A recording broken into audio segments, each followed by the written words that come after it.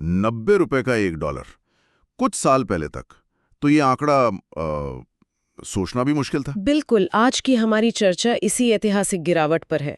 हमारे पास जो रिपोर्ट्स और आर्टिकल्स हैं वो बताते हैं कि 3 दिसंबर 2025 को रुपया पहली बार 90 के इस बड़े आंकड़े को पार कर गया। जी, और ये सिर्फ एक नंबर नहीं है, ये एक आप कह सकते हैं कि एक मनोवैज्ञानिक सीमा का टूटना है। हाँ, और इस गिरावट के साथ रुपया इस साल लगभग 5% गिरकर एशिया की सबसे खराब प्रदर्शन करने वाली मुद्राओं में से एक बन गया है। तो आज हम यही समझने की कोशिश करेंगे कि हम यहाँ तक पहुँचे कैसे और इसका हमारी रोजमर्रा की जिंदगी पर क्या असर पड़ने वाला है। और ये रातों रात नहीं हुआ है, इसके पीछे कई बड़ी वजहें एक साथ काम कर रही हैं। अच्छा, तो फिर चलिए इन्हीं वजहों को समझते हैं।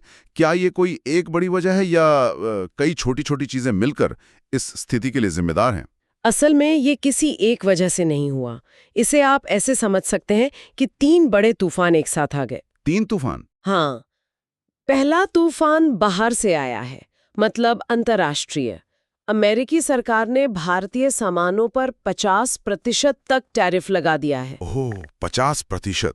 इससे तो हमारे निर्यात की कमर ही टूट गई होगी। बिल्कुल, और जब निर्यात घटता है तो देश में आने वाले डॉलर भी घट जाते हैं, सीधी सी बात है। और दूसरा तूफान, मेरा अंदाजा है कि वो विदेशी निवेशकों से जुड़ा है। रिपोर्ट्स तो यही बता रही हैं कि विदेशी पोर्टफोलियो निवेशक मतलब एफपीआईज लगातार पैसा निकाल रहे हैं। आपने सही पकड़ा, यही दूसरा तूफान है। विदेशी निवेशक थोड़ा घबराकर अपना पैसा भारतीय बाजारों से खींच रहे हैं। इस साल अब तक करीब $17 अरब निकाले जा चुके हैं। $17 अरब? ये तो बहुत बड़ा अमाउंट है। जी, और जब इतने बड़े पैमाने पर निवेशक डॉलर में अपना पैसा वापस ले जाते हैं तो बाजार में डॉलर की मांग बढ़ जाती है और रुपया स्वाभाविक रूप से कमजोर हो जाता है। ये तो हुई अंतर्राष्ट्रीय वजहें, लेकिन हमारे अपने घर में भी तो कुछ चल रहा होगा जिसने इस आग में घी का काम किया। बिल्कुल, और वही हमारा तीसरा तूफान है, घरेलू मोर्चे पर बढ़ता दबाव। जैसे कि हमारा जो व्यापार घाटा है, मतलब हमारे आयात और निर्यात के बीच का अंतर, वो रिकॉर्ड स्तर पर पहुंच गया है। हम सोना बहुत ज्यादा खरीद रहे हैं और दूसरे जरूरी सामानों का आयात भी बढ़ा है। इन सब के लिए हमें पेमेंट तो डॉलर में ही करना पड़ता है। और मैंने ये भी सुना है कि कई इंपोर्टर्स डर के मारे पहले से ही डॉलर खरीद कर रख रहे हैं। हाँ, उसे हेजिंग कहते हैं। उन्हें डर है कि रुपया और गिरेगा तो वो आज ही डॉलर खरीद लेते हैं। इससे भी डॉलर पर दबाव और बढ़ जाता है। यहाँ एक बात और दिलचस्प हो जाती है, जब हम इसके इतिहास को देखते हैं तो लगता है कि ये गिरावट कोई नई बात तो नहीं है। नहीं, बिल्कुल नहीं। 1947 में डॉलर $4 का था और आज 90 के पार है। जी, ये असल में 4 दशकों में धीरे धीरे बढ़ी एक समस्या का नतीजा है। ये कहानी है लगातार बढ़ते घाटे और कमजोर विदेशी निवेश की। आज का 90 का आंकड़ा उसी लंबी यात्रा का एक, कह सकते हैं, एक पड़ाव है। तो अब सबसे जरूरी सवाल पर आते हैं। ये 90 का आंकड़ा आम इंसान की जेब पर कैसे असर डालेगा? ये सिर्फ अखबार की सुर्खी है या इसका असर हमारे घर के बजट पर भी दिखेगा? इसका असर बहुत सीधा और गहरा होगा।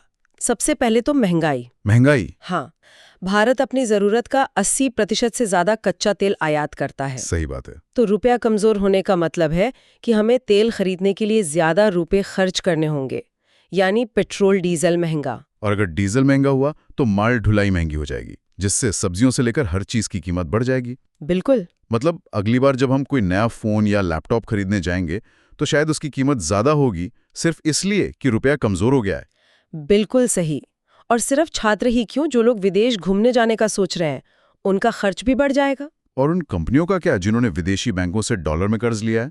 उनके लिए तो बहुत बड़ी मुश्किल है। उनकी ईएमआई का बोझ रातों रात बढ़ गया है। हाँ, ये बात सही है कि निर्यातकों को थोड़ा फायदा जरूर हो सकता है, लेकिन पूरी अर्थव्यवस्था पर जो दबाव है उसके सामने ये बहुत छोटा है। तो आगे का रास्ता क्या दिखता है? क्या ये दबाव बना रहेगा या कुछ राहत की उम्मीद है? देखिए, ज्यादातर विश्लेषकों का मानना है कि जब तक विदेशी निवेश दोबारा स्थिर नहीं होता और भारत अमेरिका के बीच व्यापार समझौते को लेकर कोई अच्छी खबर नहीं आती, तब तक रुपये पर यह दबाव बना रह सकता है। HSBC की एक रिपोर्ट के मुताबिक हमारा चालू खाता घाटा GDP का 1.4% तक पहुंच सकता है, जो चिंता की बात है। तो RBI क्या करेगा? वो अपने विदेशी मुद्रा भंडार का इस्तेमाल करेगा इसे रोकने के लिए?